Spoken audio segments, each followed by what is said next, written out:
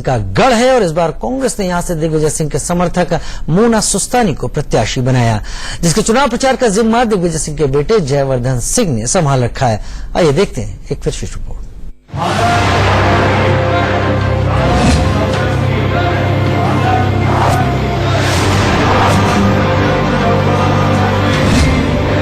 भारत माता की जय, भारत माता की जय, बोलो रामचंद्र भगवान की जय। धुआंधार चुनाव प्रचार में जुटे ये हैं दिग्विजय सिंह के बेटे राजवर्धन सिंह, जो कांग्रेस प्रत्याशी मोना सुस्तानी के समर्थन में चुनावी जनसभा को संबोधित कर रहे हैं। इस दौरान वो लोगों से कांग्रेस प्रत्याशी मोना सुस्तानी को जिताने की अपील भी कर रहे हैं।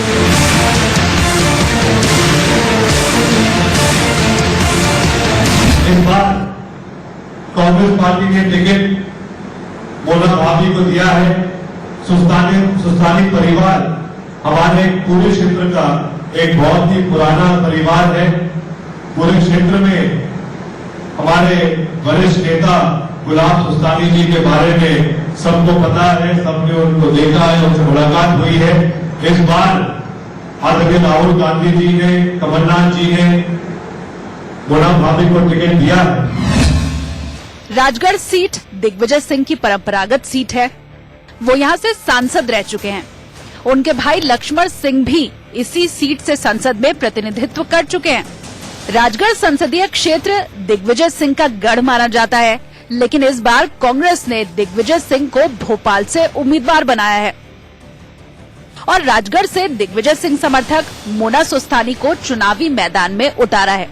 ऐसे में मोना सुस्तानी के समर्थन में दिग्विजय सिंह के बेटे जयवर्धन सिंह ने उन्हें जिताने का जिम्मा उठा रखा है और पूरे संसदीय क्षेत्र में घूम घूम कर मोना सुस्तानी के समर्थन में चुनाव प्रचार कर रहे हैं।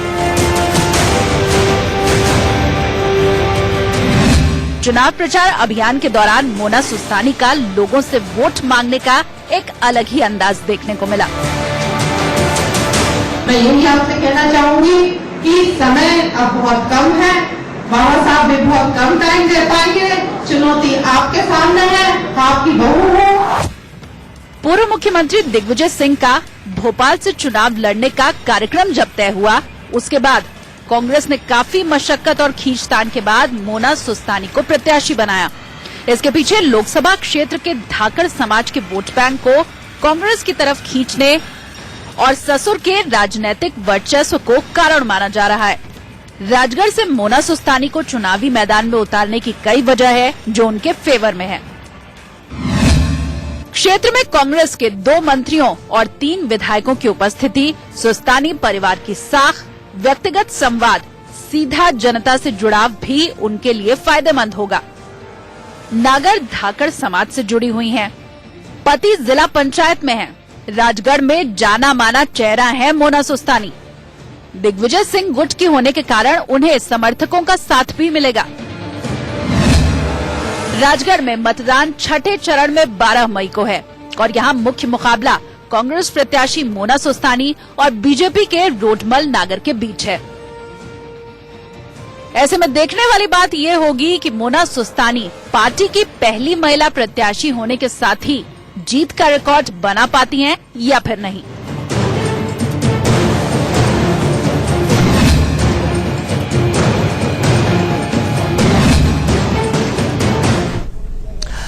एमपी में चुनावी हवा का रुख जानने के लिए दिग्विजय सिंह के बेटे जयवर्धन सिंह और राजगढ़ की कांग्रेस प्रत्याशी मोना सुस्तानी से बातचीत की हमारे संवाददाता ने। हम इस वक्त मौजूद हैं मध्य प्रदेश के राजगढ़ पार्लियामेंट्री क्षेत्र में और हमारे संग हैं राघोगढ़ के विधायक और मध्य प्रदेश सरकार में मंत्री जयवर्धन सिंह जी और यहाँ के कांग्रेस पार्टी के प्रत्याशी मोना जी। बहुत बहुत स्वागत है आप दोनों का इंडिया न्यूज पर। जैसे जयवर्धन जी ने बताया कि यहाँ के लोग जो हैं वो कांग्रेस पार्टी पर विश्वास करना जा रहे हैं। आप बताइए कि आप घूम रहे हैं यहाँ पे, कौन से मेन विषय हैं जो आपको लगता है कांग्रेस पार्टी के लोग और यहाँ के कार्यकर्ता आप पे भरोसा जताएंगे? जैसे उन्हें विधानसभा में मध्य प्रदेश में भाजपा सरकार को हटाया था, क्या आपको उम्मीद है कि यहाँ की जनता यहाँ के वर्तमान के भाजपा सांसद को हटाएंगे? बिल्कुल हटाएंगे, क्योंकि पिछले 5 साल में उनका कार्यकाल इतना खराब रहा कि जनता देखने के लिए उनको तरस गई है। उनकी शक्ल भी जनता को अब याद नहीं है। तो पिछले कार्यकाल को देखते हुए और आदरणीय राजा साहब का ये क्षेत्र है, आदरणीय कैबिनेट मंत्री जी का जयवर्धन सिंह जी का क्षेत्र है, उनको विश्वास है, उनके ऊपर सबसे बड़ा विश्वास तो यही है कि उनके ऊपर विश्वास है। बिल्कुल कांग्रेस पार्टी के लिए वो वोट करेंगे और विश्वास अपना देंगे। अच्छा, ये बताइए, आपकी भाजपा ये भी कह रही है कि आपने कर्जा माफी का वादा तो कर दिया, मगर कर्जा माफी आप कर नहीं रहे हैं। चाहे वो मध्य प्रदेश हो या राजस्थान में हो, भारतीय जनता पार्टी लगातार ये कह रही है कि ऋण माफी जो है वो हो नहीं रही है किसान की। तो ये जुमला था। ये बिल्कुल झूठ है। कर्ज माफी एक बहुत बड़ी योजना है और वर्तमान में सिर्फ मध्य प्रदेश में 25 लाख किसानों का कर्ज माफ हो चुका है। उसमें पहले चरण में जो सहकारी खाते हैं उन किसानों को लिया गया था, और क्योंकि फिर चुनाव की घोषणा हो गई थी, आचार संहिता लागू हो गई थी, इसीलिए जो बाकी किसान हैं जिनके खाते राष्ट्रीयकृत बैंक में हैं, चाहे स्टेट बैंक ऑफ इंडिया हो, बैंक ऑफ इंडिया हो, बैंक ऑफ बड़ौदा हो, ग्रामीण बैंक हो, इन खातों में जिन किसानों के पास केसीसी था, जिनने फॉर्म भरे थे, उनके खातों में पैसा अभी आया नहीं है। लेकिन हम सरकार के सभी मंत्री, माननीय मुख्यमंत्री जी, हम सब की गारंटी है कि चुनाव बाद जब आचार संहिता खत्म हो जाएगी, हर किसान जिसने फॉर्म भरा था सबके खातों में पूरा पैसा दिया जाएगा। राघवगढ़ जो है और राजगढ़ जो है वो पूर्व मुख्यमंत्री दिग्विजय सिंह जी का गढ़ माना जाता है। अब उनके बेटे यहाँ से विधायक भी हैं, तो उनका जो नाम है, उनका जो जनता के संग जुड़ाव है, उससे क्या आपको फायदा होगा मोना जी? बिल्कुल पूरा फायदा होगा। आदरणीय राजा साहब का ये तो ऐसा है कि पूरा ताना बाना आपस में इतना बुना हुआ है कि मैं यहाँ आके इतना आश्चर्य कर रही हूँ। और बाबा साहब ऐसे मिल रहे हैं आराम से, सबसे छोटा सा बच्चा आके भी उनसे मिल रहा है, और उनके मन में थोड़ी सी भी ईगो जैसी कोई चीज ही नहीं है। तो बिल्कुल इसका फायदा मिलेगा, 100% मिलेगा। अच्छा, भोपाल की लड़ाई की बात की जाए तो बहुत चर्चा हो रही है भोपाल को लेकर। आप भी खूब प्रचार कर रहे हैं, वहां मेहनत कर रहे हैं अपने पिताजी के लिए। क्या बड़ी चुनौती है ये? क्या आप मानते हैं भाजपा का गढ़ रहा है ये? 1989 से लगातार भाजपा जीत रही है और इस बार उन्होंने साध्वी प्रज्ञा ठाकुर को उतारा है मैदान में। जी, ये बात सही है कि पिछले 30 साल से लगातार भोपाल में भाजपा का सांसद रहा है। लेकिन जो हमें माहौल दिख रहा है इस बार, जब से टिकट मिला है दिग्विजय सिंह जी को, दिग्विजय सिंह जी और कांग्रेस पार्टी का हर एक कार्यकर्ता घर घर जाके जनता का आशीर्वाद प्राप्त कर रहा है। वहीं मुझे लगता है ये भी है कि हर चुनाव में जनता तुलना करती है सभी प्रत्याशियों की, और एक तरफ दिग्विजय सिंह जी हैं जिनका 40 साल का अनुभव है राजनीति में, 10 साल सीएम रह चुके हैं, विधायक रहे हैं, सांसद रहे हैं, नगर पालिका अध्यक्ष रहे हैं, बहुत लंबा अनुभव है उनका। वहीं जो भाजपा के प्रत्याशी हैं उनका कोई भी अनुभव नहीं है राजनीति में, यहाँ तक कि फॉर्म भरने के कुछ दिन पहले ही उनकी सदस्यता हुई है भाजपा में। साथ में उनने जो भाजपा के प्रत्याशी ने जो एक बयान दिया है स्वर्गीय हेमंत करकरे जी के ऊपर, आप सोचिए, एक ऐसे आईपीएस अफसर जिन्होंने देश के लिए उनकी जान गंवाई और जो इस देश के शहीद हुए, उन पर जो उन्होंने टिप्पणी की है, उस टिप्पणी की पूरे देश ने निंदा की है। लेकिन कहीं भी चाहे शिवराज सिंह चौहान जी हो, चाहे प्रधानमंत्री जी हो या अमित शाह जी हो, किसी ने भी उस पर कुछ कमेंट नहीं किया है, जो बहुत अफसोस की बात है। हिंदुत्व कार्ड जो है वो भाजपा की तरफ से खेला जा रहा है इस बार, इसलिए शायद साध्वी प्रज्ञा को उतारे उन्होंने मैदान में। अमित शाह और बाकी भाजपा के नेता ये कह रहे हैं कि दिग्विजय सिंह जी को हिंदू जो हैं वो सबक सिखाएंगे। तो ये बयान जो आ रहे हैं उनकी तरफ से, उनके लिए आपकी क्या टिप्पणी? मेरे अनुसार जितने बड़े हिंदू दिग्विजय सिंह जी है, शायद भाजपा का कोई भी नेता नहीं है। अगर हम देखें तो पिछले साल ही दिग्विजय सिंह जी ने 3000 किलोमीटर की नर्मदा परिक्रमा पूरी की। कोई भी भाजपा का मुख्यमंत्री या प्रधानमंत्री ने इतनी लंबी धार्मिक परिक्रमा नहीं की है। हमारे घर में 7 मंदिर है जहां 300 साल से लगातार पूजा अर्चना आरती अखंड ज्योत जलते आ रहे हैं। इसी प्रकार से हमने रावगढ़ में ही संस्कृत वेद पाठशाला खुलवाई है, जिसमें अन्य ब्राह्मणों को वहां पर पूरी शिक्षा दी जाती है। तो इस प्रकार का काम हमने किया है क्षेत्र में। लेकिन फिर भी भाजपा के लोग एक गलत फहमी पैदा करने का प्रयास करते हैं। लेकिन जनता समझदार है, चाहे हम हिंदू हों, हमारे ये सब परंपराएं हैं, लेकिन जो बाकी धर्म हमारे देश में है, हम उनका भी उतना ही सम्मान करते हैं। आखिरी दो सवाल फिर आपसे। एक न्याय स्कीम पे जिसके बारे में काफी जिक्र हो रहा है, आप भी जिक्र कर रहे हैं, मोना जी भी जिक्र कर रही थी और राहुल गांधी जी भी अक्सर जिक्र करते रहते हैं।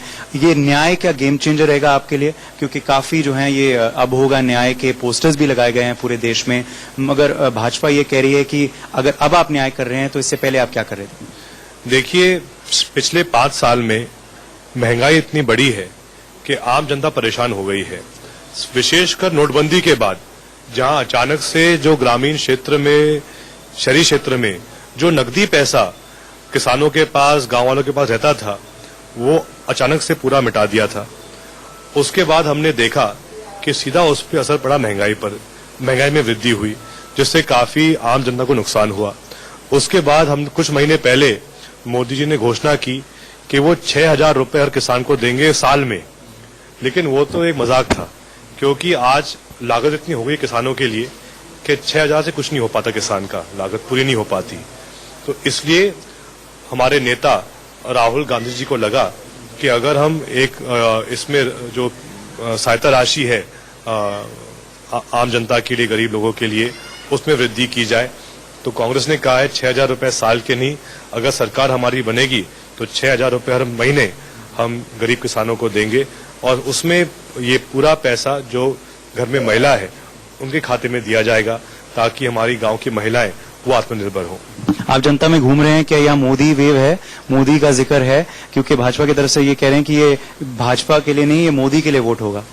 बिल्कुल कोई मोदी वेव नहीं है। जनता को इस बात का एहसास है कि जो बड़ी बड़ी बातें अच्छे दिन के बारे में भाजपा के लोग करते थे, आज सिर्फ बात करें चौकीदार के बारे में, तो इससे स्पष्ट होता है कि उन्होंने 5 साल में चौकीदार चोर है आपके हिसाब से? एक ही चोर हैं, वो लोग चोर हैं जिन्होंने विजय माल्या, नीरव मोदी, ललित मोदी को इस देश से भगाकर अन्य देश में मौज करने का अवसर दिया है। मध्य प्रदेश में आखिर में कितनी सीटें आएंगी जयवर्धन जी? अब आपका काफी अनुभव है राजनीति में, विधानसभा चुनाव में तो आपने जीत हासिल कर ली, क्या मध्य प्रदेश में कांग्रेस की लहर चलेगी? जिस प्रकार से यहाँ राजगढ़ में जिस प्रकार से बदलाव पूरे मध्य प्रदेश में आया था कुछ महीने पहले, उसी प्रकार से बदलाव पूरे देश में आएगा। मुझे पूरा विश्वास है कि मध्य प्रदेश में हम कम से कम 20 सीटें जीतेंगे, और राजगढ़ से भी मोना सुस्तानी जी को ऐतिहासिक जीत मिलेगी। जयवर्धन जी और मोना सुस्तानी जी, बहुत बहुत धन्यवाद हमसे बात करने के लिए। कैमरा पर्सन जैना के संग उदय प्रताप सिंह, राजगढ़, इंडिया न्यूज। बहुत छोटे से ब्रेक का वक्त है, लेकिन ब्रेक पर जाते जाते आपको बता दें कि हमारी खास पेशकश 1:30 बजे आपका डॉक्टर देखना मत भूलिए। अगर आप IVF और